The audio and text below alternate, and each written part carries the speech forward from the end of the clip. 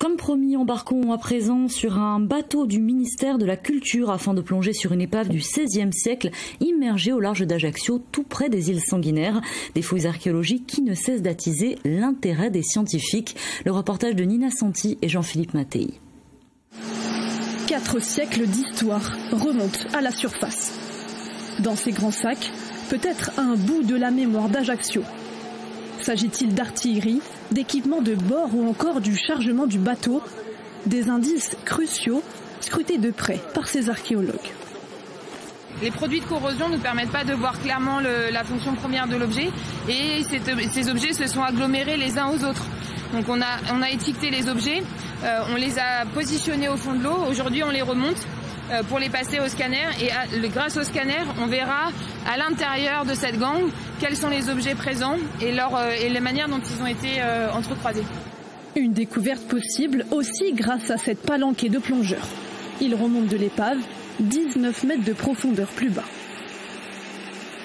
C'est un peu hard là, on a quand même beaucoup de courant, mais ça va, c'est bon, on a trouvé encore des céramiques jolies au fond.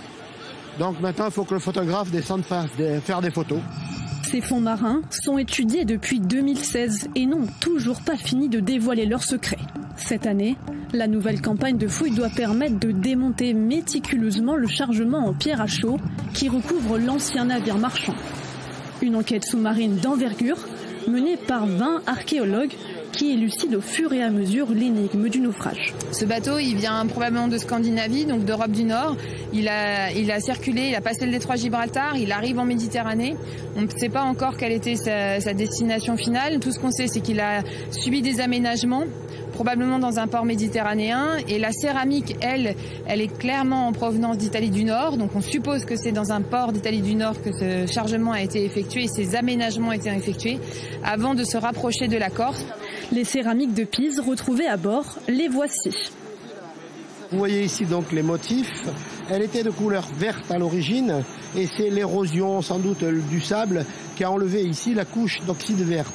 C'est vraiment caractéristique du XVIe siècle. En 2025, les scientifiques s'attelleront à l'étude de la coque du bateau.